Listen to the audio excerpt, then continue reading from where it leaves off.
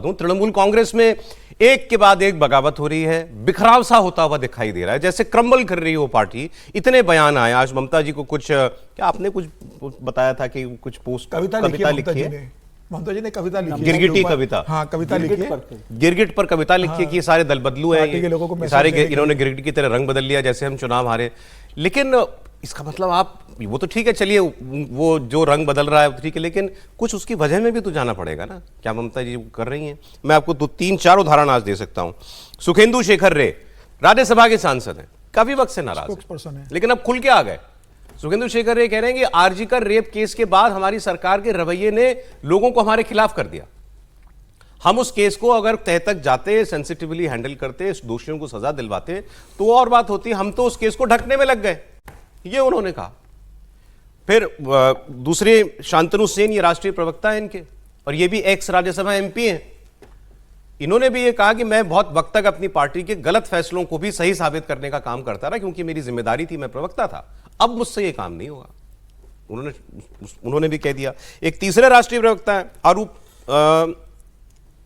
अरूप चक्रवर्ती। अरूप चक्रवर्ती ने भी इस्तीफा दे दिया, वो भी पार्टी छोड़ रहे हैं। इसके बाद एक दो मामले और हैं, वो भी सुनाता हूं आपको।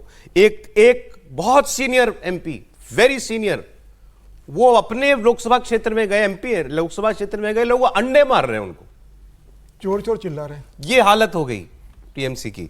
तो पहले आप दो बयान सुन लीजिए। आपने एक और वुमेन एमपी ने, उनके सीनियर एमपी, अभी तो मैं आ ही रहा था लोकसभा, हाँ अभी आता हूं, वो तो बड़ा मामला है। सुखेंदु शेखर रे और शांतनु सेन, ये दो बयान सुना दीजिए। लास्ट वार्निंग हमको किसने दिया? जनता ने दिया।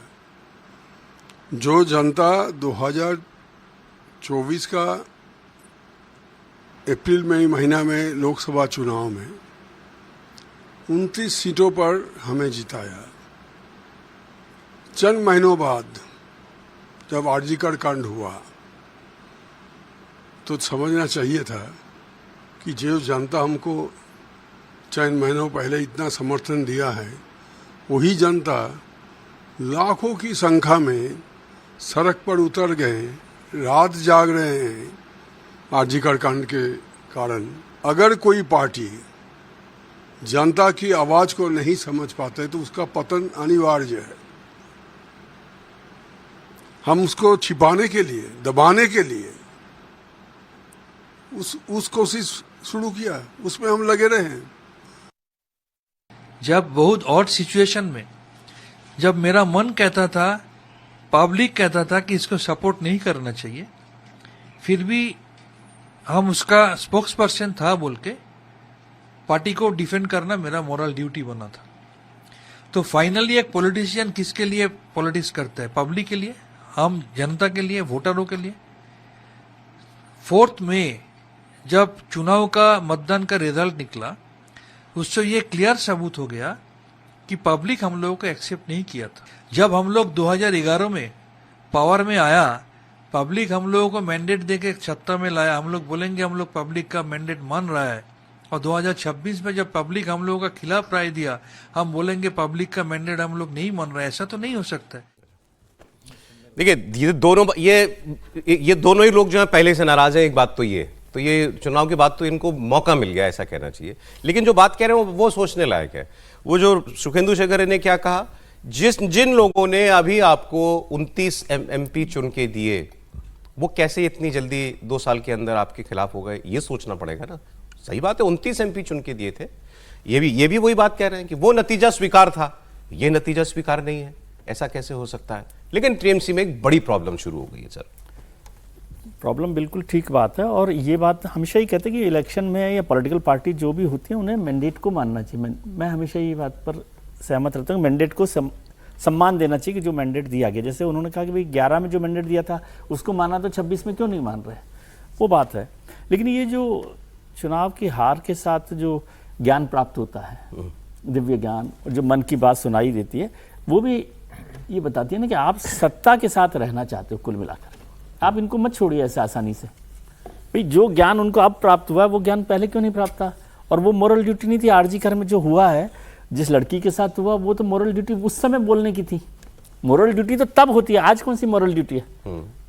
तो इन लोगों पर भी उतने के उतने ही सवाल हैं जो सरकार उन्होंने नहीं सुना, ममता जी ने या अभिषेक ने या जो लोगों ने भी, उनके लिए तो अब भी है कि अब भी सुनकर। लेकिन सर एक अंतर है, किसी और राज्य में हार के बाद किसी पार्टी में ऐसी टूटन नहीं होती। अच्छा मतलब इतनी तेजी के साथ बिखराव नहीं। आपको ध्यान है, मैंने कहा था ये जब टीएमसी नतीजा आया था उस दिन भी मैंने कहा था कि ये पार्टी टूट जाएगी, क्योंकि वो उसकी वजह समझिए ना कि वो विचार वाली पार्टी नहीं है। विचार जब नहीं होता तो पार्टी केवल सत्ता के साथ रहती है, सत्ता जाती है तो बिखर जाती है। इसमें कोई इतना हैरानी वाली बात मुझे नहीं लग रही है। राहुल जी के पास मैं ये कह रहा हूं कि ये पार्टी की हम लोग बात कर रहे हैं या कोई गैंग है जिसमें डॉन जब तक मजबूत था तब तक तो गैंग पूरा चल रहा था।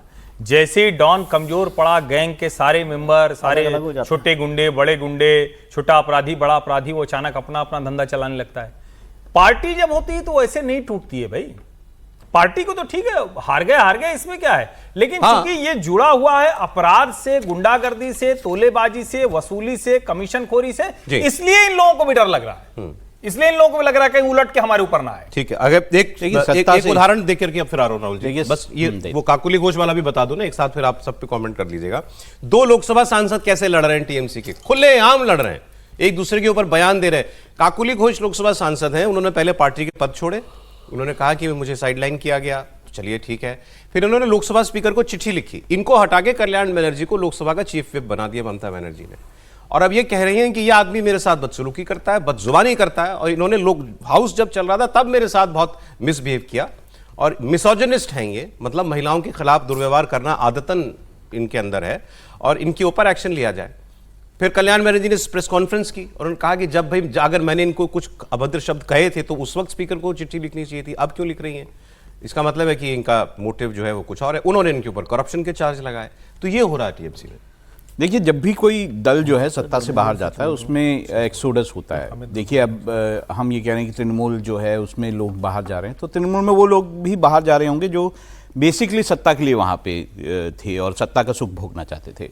ऐसा नहीं है। देखिए, मुझे अच्छी तरह याद है कि बीजेपी जब सत्ता से बाहर हुई थी वाजपेयी जी के समय के बाद, तो वहाँ पर एक्सोडस नहीं हुआ था, अलग अलग कारणों से। यशवंत सिन्हा, जसवंत सिंह नहीं हुआ था, अलग अलग कारणों से हुआ था, लेकिन हुआ था ना। और वहां पर भी छोटे लेवल पे और हुआ था, छोटे लेवल पे और हुआ था। मैं आपको बता रहा हूँ, जब कांग्रेस सत्ता से बाहर गई, कांग्रेस के मुझे अच्छी तरह याद है, कांग्रेस के बहुत सारे नेता जो हैं वो बाकी पार्टियों में शामिल होने, बीजेपी की इंक्लूडिंग शामिल होने लगते, और बहुत नीचे स्तर पे मैंने तो प्रेस कॉन्फ्रेंसेस देखी है कि अच्छा आज ये कांग्रेस का नेता शामिल हो रहा है, आज ये फलाने का शामिल हो रहा है, आज ये हो रहा है। सर मैं बता एक अंदर की बात बताऊं, जो कि ये कल उनके बीजेपी के सांसद हैं सौमित्र खान, उन्होंने दावा किया कि 29 में से 20 सांसद इधर आना चाहते हैं और 80 में से 50 विधायक आना चाहते हैं। हमने बहस की, हमने कहा बिल्कुल अतिशयोक्ति हो सकता है कि ये बोल रहे हो। मैंने इसको बात, देवेंद्र पराशर इंडिया टीवी के पॉलिटिकल एडिटर है, मैं उनकी खबर पर भरोसा करता हूं। उनको मैंने पूछा, उन्होंने कहा आप आंख मूंद के इस बात को सच मानिए, ऐसा हो रहा है।